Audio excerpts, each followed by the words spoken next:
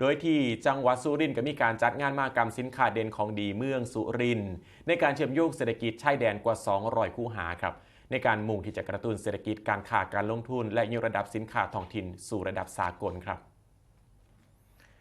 นายจำเริญแหวนเพชรครับผู้ว่าราชการจังหวัดสุรินทร์เป็นประธานเปิดงานสุรินทร์ Best Product Border Trade Fair 2026 มหกรรมสินค้าเด่นของดีเมืองสุรินทร์เชื่อมโยงเศรษฐกิจชายแดนภายใต้โครงการการส่งเสริมและพัฒนาศักยภาพการค้าการลงทุนการบริการและเชื่อมโยงเศรษฐกิจชายแดนปีงบประมาณ 2569 โดยมีนางชมัยพรแหวนเพชรนายกเหล่ากาชาดจังหวัดสุรินทร์นายวีรชัยประเสริฐโสและนายกิตติสัตย์ซื่อรองผู้ว่าราชการจังหวัดสุรินทร์หัวหน้าส่วนราชการผู้แทนจากหน่วยงานภาครัฐภาคเอกชนนักท่องเที่ยวและพี่น้องชาวสุรินทร์เข้าร่วมในกิจกรรมสำหรับงานมหกรรมสินค้าเด่นของดีเมืองสุรินทร์นี้นะครับเชื่อมโยงเศรษฐกิจชายแดนจัดขึ้นระหว่างวันที่ 30 กรกฎาคมฮอด 3 สิงหาคม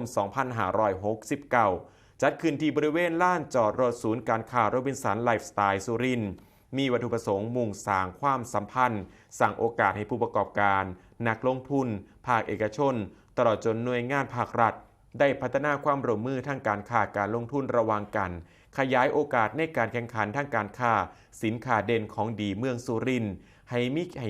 มีขีดความสามารถสู่เวทีสากลและมุ่งส่งเสริมผู้ประกอบการท้องถิ่นขยายช่องทางการตลาดทั้งในรูปแบบออฟไลน์และก็ออนไลน์ผ่านแพลตฟอร์ม surinbase.com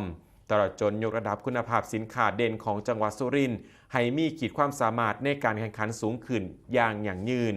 ภายในงานมีการออกร้านจำหน่ายสินค้าคุณภาพจากผู้ประกอบการในจังหวัดและก็จังหวัดทั่วทั้งประเทศรวมกว่า245คูหาพร้อมลุ้นรางวัลเครื่องใส่ไฟฟ้าและก็รางวัลอื่นรวมมูลค่ากว่า 72,000 บาทนอกจากนี้ยังมีกิจกรรมส่งเสริมการขายการแสดงศิลปะวัฒนธรรมอันทรงคุณค่าไว้อย่างคับคั่งและก็มีมินิคอนเสิร์ตจากศิลปินชื่อดังคับคั่งฟรีตลอด5 มื้อเต็มครับไปเบิ่งกันได้ครับ